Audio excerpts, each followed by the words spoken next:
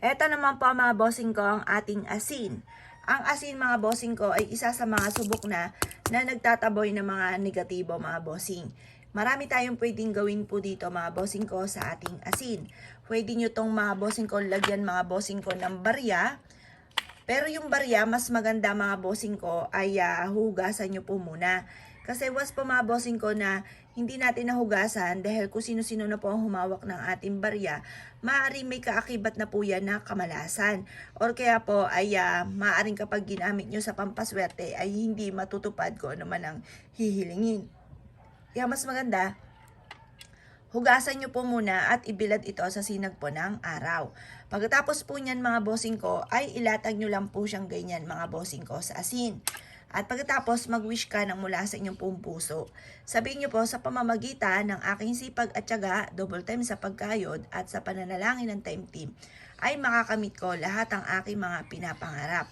Tapos sabihin nyo po dito, magkakaroon ako ng negosyo na dito na ako yayaman, magkakaroon ako ng basta kung ano ba yung nais ninyo, magkaroon ng malaking bahay, matutupad lahat ng aking mga pinapangarap, matatama ako ng jackpot sa aking tinatayaan, or kaya gagaling na ako sa aking karamdaman.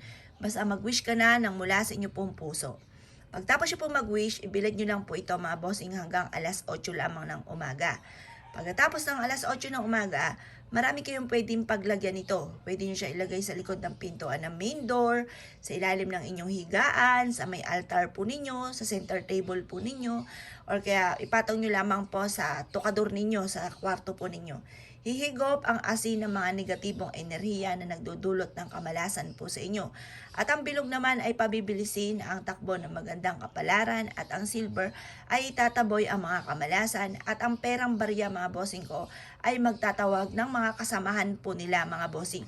Kaya sabi nga po nila, sa loob ng inyong tahanan, maging sa inyo pong bag or wallet, wag na wag ka magpapawala ni singkunduleng sa inyo pong bag, wag yung simot.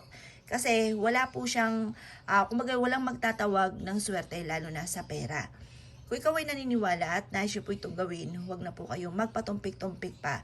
Subukan nyo po ito at makakatulong po ito upang sa ganon, higit ka na maka-attract ng swerte lalo na sa pera. Kung naniniwala ka, subukan nyo po ito, positive lamang mula sa inyo pong puso, team na panalangin, makakamtan nyo po ang inyo pong mga ninanais. Basta ugaliin nyo po rin tuwing umaga, sabihin nyo po, magkakaroon ako ng maraming pera, matutupad lahat ng aking mga pinapangarap. Kasi yun po, nagtatawag ka ng swerte. Kumbaga, yun po yung kung ano yung salitain kasi nagaganap po yun eh. Kaya mas maganda sa simula sa umaga, sabihin nyo na kaagad kung ano po yung nais po ninyo. Hayaan nyo po at magugulat ka na lamang yung mga salitain ninyo, magaganap po yan. Kaya kung kayo po naniwala at nais nyo po itong gawin, ay siya mga bossing, good luck po sa inyo po lahat.